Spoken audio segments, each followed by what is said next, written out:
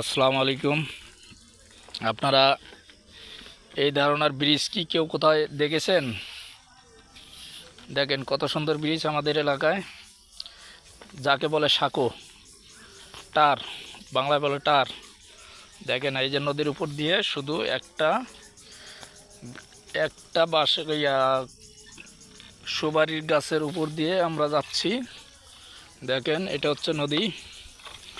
এরকম কার কার এলাকায় আছে আপনারা লাইক কমেন্ট শেয়ার করে বলবেন।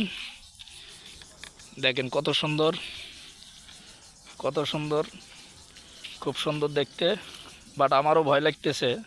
আমি থাকি ঢাকায়, কিন্তু আমি মূলত আসলে এগুলো দিয়ে কোনো দিন, আমার বাড়ি হইলে কি হবে, আমি এগুলো দিয়ে সহজে পার হই না।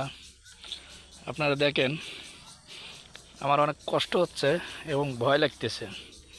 দেখেন অনেক উপরে, নিচে অনেক গভীর। আপনারা যদি এইভাবে কেউ কোনো দিন পার হয়ে থাকেন, কমেন্টস করে বলবেন যে কে কোথার থেকে দেখছেন, কে কোথার থেকে বলছেন। দেখেন কত সুন্দর, নিচ দিয়ে কচুরি পানার ফুল কত সুন্দর দেখা যায়। দেখেন ওই দেখেন সাদা যা দেখা যাচ্ছে সব কচুরি পানার ফুল।